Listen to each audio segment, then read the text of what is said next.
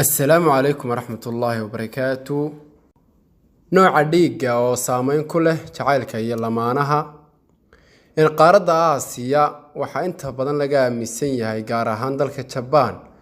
Nooca dhiigga iyagoo haweenka iyo ragguba tixgeliyaan inay guursadaan qof ay u arkaan in dhiiggiisu firfircoon yahay, waayo waxay rumaysan yihiin in dhiigga qofku ka qayb qaato shakhsiyadiisa inay wanaagsanaato iyo inay xumaato labadaba. Haddaba daraasado badan oo laga sameeyay dalka Japan ayaa lagu ogaaday in dadka qaar dhiigga noocyadiisa aad u qadariyaan.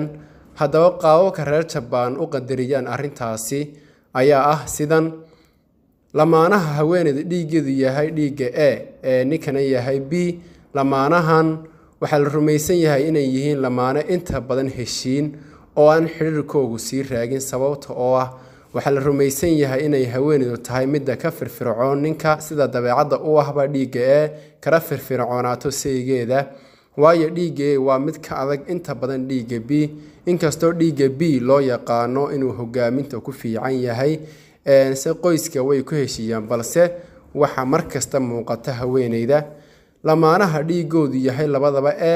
lamaanaha waxaa la rumaysan yahay inay yihiin qaar isfahma oo aad isku jeclaada, deganaada, muran aanu dhex marin, isla markaana go'aamada isla soo jeediyaan, wada qaata oo noloshooda ku dhamaysta jacayl iyo deganaansho badan. lamaanaha haweeneydu dhiiggeedu yahay A saygana O waa lamaane sax ah oo labadooduba aad isku jeclaada, laakiin waxaa laga yaabaa in fikradaha qaar ay isku qabtaan mararka qaar, inkastoo lagu yaqaano inay xal gaadhaan kuna heshiiyaan aakhirka fikradaha jacaylkoodana waxaa loo yaqaanaa jacaylka saxda ah.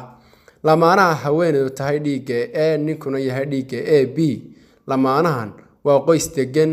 waxaa dabeecad u ah ninku inuu hoggaanka guriga hayo oo gacanta ku hayo una taliyo qoyskiisa, wax muran ahna ma dhex galo, waayo dhiiggan inta badan waxa isku raaca maskaxda iyo astaanta hogaamineedka. sidaa daraaddeed waa nin qoyskiisa ka adag kana soo baxa mas'uuliyadda saaran, haweeneyduna aad bay u jeclaataa kana dambaysaa go'aamadiisa. lamaanaha haweeneydu dhiiggeedu B yahay saygana dhiigga A yahay inta badan waxaa ka imaada muran oo waa lamaane aad u dooda, kelmad kasta oo mid ka mid afkiisa ka soo baxda ka kala dood adag buu ka keenaa, waana dadka markaad aragti booq iyo sawax xanuun ku jira, balse khilaafkoodu ma adkaado, dhib badanna ma keeno.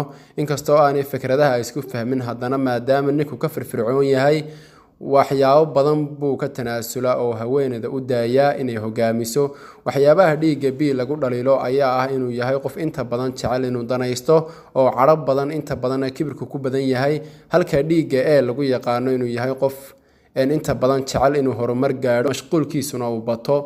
lamaanaha dhiigoodu labadaba B yahay, lamaanaha dhiigoodu B noocu doonaba ha ka sii ahaadee wada yahay, waa lamaane wada jir ah oo inta badan isjecel, wax kasta wadaaga, isfahamkooduna badan yahay oo isla jaan qaada, waana sababta dadka Japan ku dhaqan u jecel yihiin in dhiigoodu isku mid noqdo oo aanay kala duwanaan, si dabeecadoodu aad isku fahanto. lamaanaha haweeneydu B tahay ninkana dhiigga O yahay waa lamaane lagu turjumo inay xataa yihiin laba qof oo neefta wada qaybsada, wax kale iska daayo waa dad aad isku jecel oo ay adag tahay in la kala geeyo, la isku diro ama khilaaf kala dhex galo.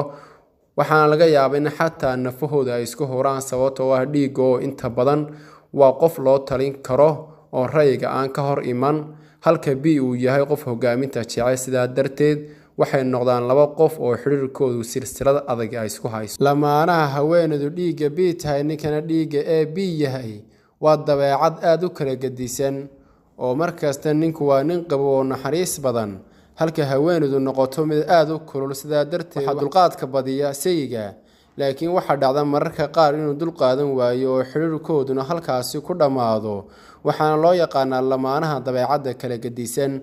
haddaba daraasado badan oo laga sameeyey dalka Japan ayaa waxaa la arkay in ragga haweenku ka adag yahay labadan dhiig kala yihiin.